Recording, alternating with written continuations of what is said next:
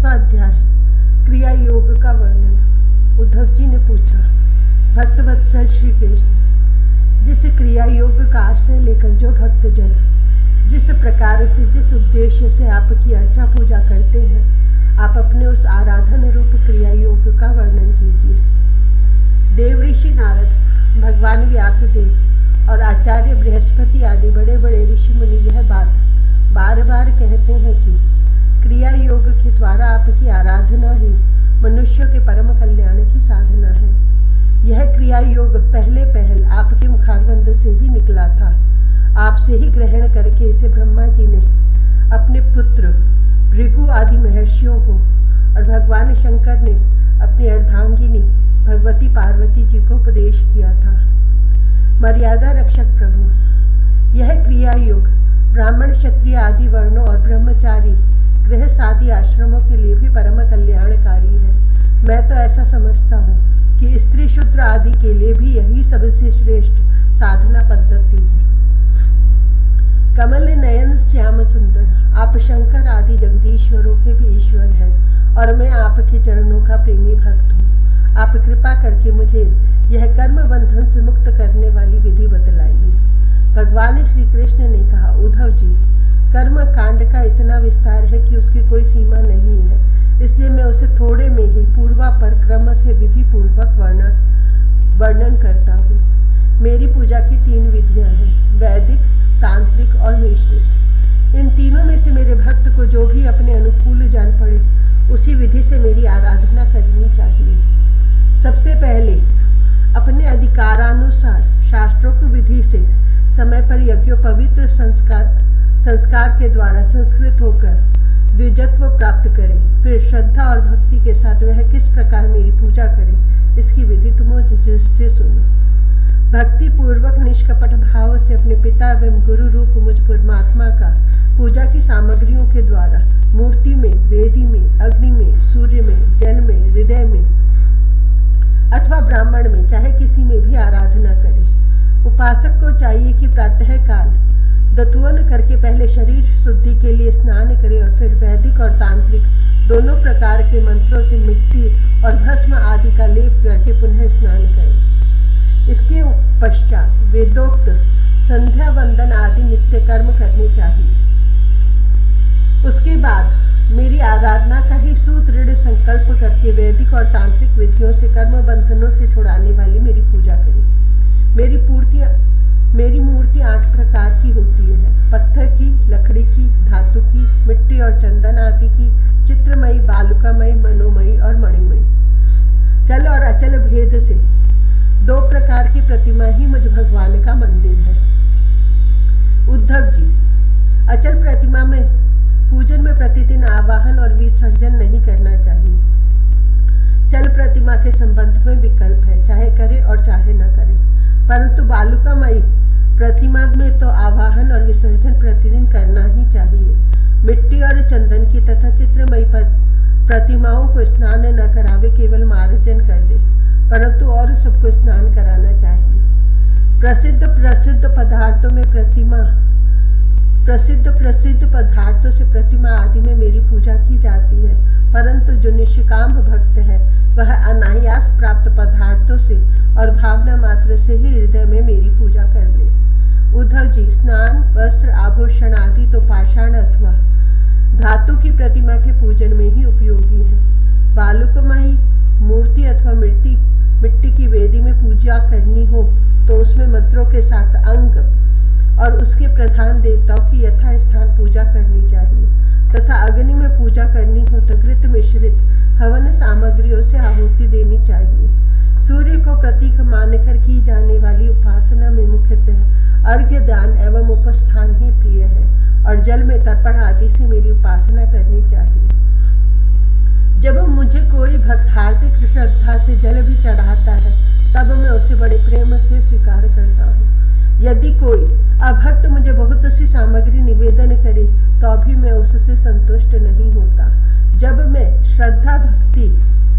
मैं भक्ति श्रद्धा पूर्वक समर्पित जल से ही प्रसन्न हो जाता हूँ तब गंध, पुष्प, धूप, दीप और नैवेद्य आदि वस्तुओं के समर्पण से तो कहना ही क्या है। उपासक पहले पूजा की सामग्री इकट्ठी कर ले, फिर इस प्रकार कुश बिछाए कि उसके अगले भाग पूर्व की ओर रहे। तदंतर पूर्व या उत्तर की ओर मुंह करके पवित्रता से उनको शोकेस आसन पर बैठ जाए। यदि प्रतिमा अचल हो तो उसके सामने ही बैठना चाहिए। इसके बाद पूजा कार्य प्रारंभ करें। पहले विधि पूर्वक अंग न्यास और कर न्यास कर ले। इसके बाद मूर्तियों में मंत्र न्यास करे और हाथ से प्रतिमा पर से पूर्व समर्पित सामग्री हटाकर उसे पोंछ दे। इसके बाद जल से भरे हुए कलश और प्रोक्षण पात्र आदि की पूजा गंध पुष्प आदि से करे। प्रोक्षण पात्र के जल से पूजा सामग्री और अपने शरीर का प्रोक्षण कर ले। तदंतर पाद्य, अर्घ्य और आचमन के लिए 3 पात्रों में कलश में से जल भरकर रख ले और उनमें पूजा पद्धति के अनुसार सामग्री डाले। पाद्य पात्र में शामाक, सांबी के दाने, दूब, कमल, विष्णु क्रांता और चंदन, तुलसी दल आदि। अर्घ्य पात्र में गंध पुष्प, अक्षत, जौ, कुश, तिल, सरसों और दूब तथा आचमन पात्र में जायफल, लौंग आदि डाले। इसके बाद पूजा करने वाले को चाहिए कि तीनों पात्रों को क्रमशः हृदय मंत्र, शिव मंत्र और शिखा मंत्र से अभिमंत्रित करके अंत में गायत्री मंत्र से तीनों को अभिमंत्रित करें। इसके बाद प्राणायाम के द्वारा प्राणवायु और भावनाओं द्वारा शरीरस्थ अग्नि के शुद्ध हो जाने पर हृदय कमल में परम सूक्ष्म और श्रेष्ठ दीप शिखा के समान मेरी जीव कला का ध्यान करें। बड़े बड़े सिद्ध ऋषि मुनि ओमकार के अकार, उकार, मकार, बिंदु और नाद इन 5 कलाओं के अंत में उसी जीव कला का ध्यान करते हैं। वह जीव कला आत्मस्वरूपिणी है।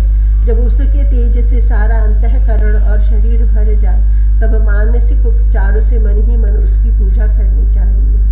तदंतर तन्मय होकर मेरा आवाहन करे और प्रतिमा आदि में स्थापना करे। फिर मंत्रों के द्वारा अंग न्यास करके उसमें मेरी पूजा करे। उद्धव जी, मेरे आसन में धर्म आदि गुणों और विमला आदि शक्तियों की भावना करें। अर्थात आसन के चारों कोनों में धर्म, ज्ञान, वैराग्य और ऐश्वर्य रूप 4 पाए हैं। अधर्म, अज्ञान, वैराग्य और अनैश्वर्य ये चारों दिशाओं में डंडे हैं। सत्व, रज, तम रूप 3 पटरियों की बनी हुई पीठ है। उस पर विमला, उत्कर्षिणी, ज्ञाना, क्रिया, योगा, प्रही, सत्य, ईशाना और अनुग्रह ये 9 शक्तियां विराजमान हैं। उस आसन पर एक अष्टदल कमल है। उसकी कर्णिका अत्यंत प्रकाशमान है और पीली पीली केसरों की छटा निराली ही है।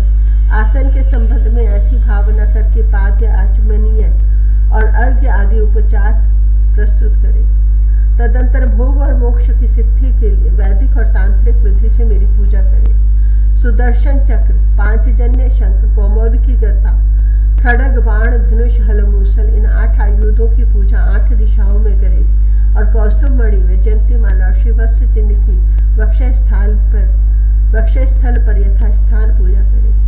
नंद, सुनंद, प्रचंड, चंड, महाबल, बल, कुमुद और कुमुदेक्षण इन 8 पार्षदों की 8 दिशाओं में गरुड़ की सामने, दुर्गा, विनायक, व्यास और विश्वक्सेन की चारों कोनों में स्थापना करके पूजा करें।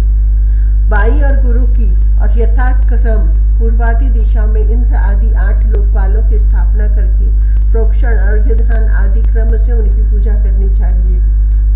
प्रिय उद्धव, यदि सामर्थ्य हो तो प्रतिदिन चंदन, खस, कपूर, केसर और अर्गजा आदि सुगंधित वस्तुओं द्वारा सुवासित जल से मुझे स्नान कराए और उस समय सुवर्ण धर्म इत्यादि स्वर्ण धर्मानुवाक, जितम ते पुंडरीकाक्षम इत्यादि महापुरुष विद्या, सहस्र शीर्षा पुरुष इत्यादि पुरुष सूक्त और इंद्रम नरो नेमधिता भवंत इत्यादि मंत्रोक्त राजन आदि साम गायन का पाठ भी करता रहे। मेरा भक्त वस्त्र, यज्ञोपवीत, आभूषण, पत्र, माला, गंध और चंदन आदि से प्रेम पूर्वक यथावत मेरा श्रृंगार करे। उपासक श्रद्धा के साथ मुझे पाद्य, आचमन, चंदन, पुष्प, अक्षत, धूप, दीप आदि सामग्रियां समर्पित करें। यदि हो सके तो गुड़, खीर, घृत, पूड़ी, पुए, लड्डू, हलवा, दही और दाल आदि विविध व्यंजनों का नैवेद्य लगाए। भगवान के विग्रह को दोतवन कराए, उपटन लगाए, पंचामृत सुगंधित पदार्थों का लेप करे, दर्पण दिखाए, भोग लगाए और शक्ति हो तो प्रतिदिन अथवा पर्वों के अवसर पर नाचने गाने आदि का प्रबंध भी करे। उद्धव जी तदंतर पूजा के बाद शास्त्रोक्त विधि से बने हुए कुंड में अग्नि की स्थापना करें। वह कुंड मेखला गर्त और वेदी से शोभायमान हो। उसमें हाथे की हवा से अग्नि प्रज्वलित करके उसका परिसमूहन करे, अर्थात उसे एकत्र कर दे। वेदी के चारों ओर कुशकर्णिका करके, अर्थात चारों ओर 20-20 कुश बिछाकर मंत्र पढ़ता हुआ उन पर जल छिड़के। इसके बाद विधि पूर्वक समिधाओं का आधान रूप अन्वाधान कर्म करके अग्नि के उत्तर भाग में होमोपयोगी सामग्री रखे और प्रोक्षणी पात्र के जल से प्रोक्षण करे। तदंतर अग्नि में मेरा इस प्रकार ध्यान करे। मेरी मूर्ति तपाए हुए सोने के समान दम दम दमक रही है। रोम रोम से शांति की वर्षा हो रही। लंबी और विशाल 4 भुजाएं शोभायमान है। उसमें शंख चक्र गदा पद्म विराजमान है। कमल की केसर के समान पीला पीला वस्त्र पहरा रहा है। सिर पर मुकुट, कलाइयों में कंगन, कमर में करधनी और बाहों में बाजूबंद झिलमिला रहे हैं। वक्षः स्थल पर श्रीवत्स का चिन्ह है। गले में कौस्तुभ मणि जगमगा रही है। घुटनों तक वनमाला लटक रही है। अग्नि में मेरी इस मूर्ति का ध्यान करके पूजा करनी चाहिए। इसके बाद सूखी समिधाओं को घृत में डुबोकर आहुति दे और आज्य भाग और आधार नामक 2-2 आहुतियों से और भी हवन करे। तदंतर घी से भिगोकर अन्य हवन सामग्रियों से आहुति दे। इसके बाद अपने इष्ट मंत्र से अथवा ओम नमो नारायण इस अष्टाक्षर मंत्र से और पुरुष सूक्त के 16 मंत्रों से हवन करे। बुद्धिमान पुरुष को चाहिए कि धर्म आदि देवताओं के लिए भी विधि पूर्वक मंत्रों से हवन करे और स्विष्टकृत आहुति भी दे। इस प्रकार अग्नि में अंतर्यामी रूप से स्थित भगवान की पूजा करके उन्हें नमस्कार करे और नंद सुनंद आदि पार्षदों को 8 दिशाओं में हवनकर्मांग बलि दे। तदंतर प्रतिमा के सम्मुख बैठकर पर ब्रह्म स्वरूप भगवान नारायण का स्मरण करे और भगवत स्वरूप मूल मंत्र ओम नमो नारायणाय का जप करावे। इसके बाद भगवान को आचमन करावे और उनका प्रसाद विश्वक्सेन को निवेदन करे। इसके बाद अपने इष्ट देव की सेवा में सुगंधित तांबूल आदि मुखवास उपस्थित करे तथा पुष्पांजलि समर्पित करे। मेरी लीलाओं को गावे, उनका वर्णन करे और मेरी ही लीलाओं का अभिनय करे। यह सब करते समय प्रेमोन्मत्त होकर नाचने लगे। मेरी लीला कथाएं स्वयं सुने और दूसरों को सुनावे। कुछ समय तक संसार और उसके रगड़ों झगड़ों को भूलकर मुझ में ही तन्मय हो जाए। प्राचीन ऋषियों के द्वारा अथवा प्राकृत भक्तों के द्वारा बनाए हुए छोटे छोटे स्तव और स्तोत्रों से मेरी स्तुति करके प्रार्थना करे, भगवान आप मुझ पर प्रसन्न हो, मुझे अपने कृपा प्रसाद से सराबोर कर दे। तदंतर दंडवत प्रणाम करे, अपना सिर मेरे चरणों पर रख दे और अपने दोनों हाथों से दाईं से दाहिना और बाएं से बायां चरण पकड़ कर कहे, भगवान इस संसार सागर में मैं डूब रहा हूँ। मृत्यु रूप मगर मेरा पीछा कर रहा है। मैं डरकर आपकी शरण में आया हूँ। प्रभु आप मेरी रक्षा कीजिए। इस प्रकार स्तुति करके मुझे समर्पित की हुई माला आदर के साथ अपने सिर पर रखे और उसे मेरा दिया हुआ प्रसाद समझे। यदि विसर्जन करना हो तो ऐसी भावना करनी चाहिए कि प्रतिमा में से एक दिव्य ज्योति निकली है और वह मेरे हृदयस्थ ज्योति में लीन हो गई है। बस यही विसर्जन है। उद्धव जी, प्रतिमा आदि में जब जहाँ श्रद्धा हो तब तहाँ मेरी पूजा करनी चाहिए, क्योंकि मैं सर्वात्मा हूँ और समस्त प्राणियों में तथा अपने हृदय में भी स्थित हूँ। उद्धव जी, जो मनुष्य इस प्रकार वैदिक तांत्रिक क्रिया योग के द्वारा मेरी पूजा करता है वह इस लोक और परलोक में मुझसे अभिष्ट शक्ति प्राप्त करता है। यदि शक्ति हो तो उपासक सुंदर और सुदृढ़ मंदिर बनवाए और उसमें मेरी प्रतिमा स्थापित करे।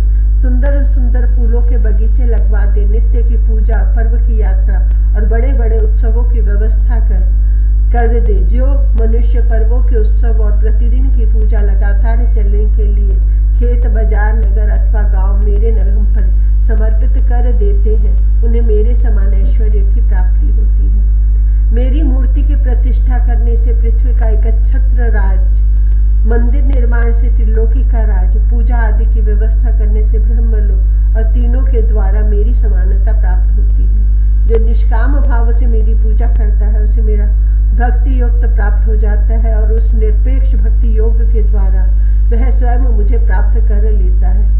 जो अपनी दी हुई या दूसरों की दी हुई देवता और ब्राह्मणों की जीविका का हरण कर लेता है वह करोड़ों वर्षों तक विष्ठा का कीड़ा होता है। जो लोग ऐसे कामों में सहायता, प्रेरणा अथवा अनुमोदन करते हैं वे भी मरने के बाद प्राप्त करने वाले के समान ही फल के भागीदार होते हैं। यदि उनका हाथ अधिक रहा तो फल भी उन्हें अधिक ही मिलता है।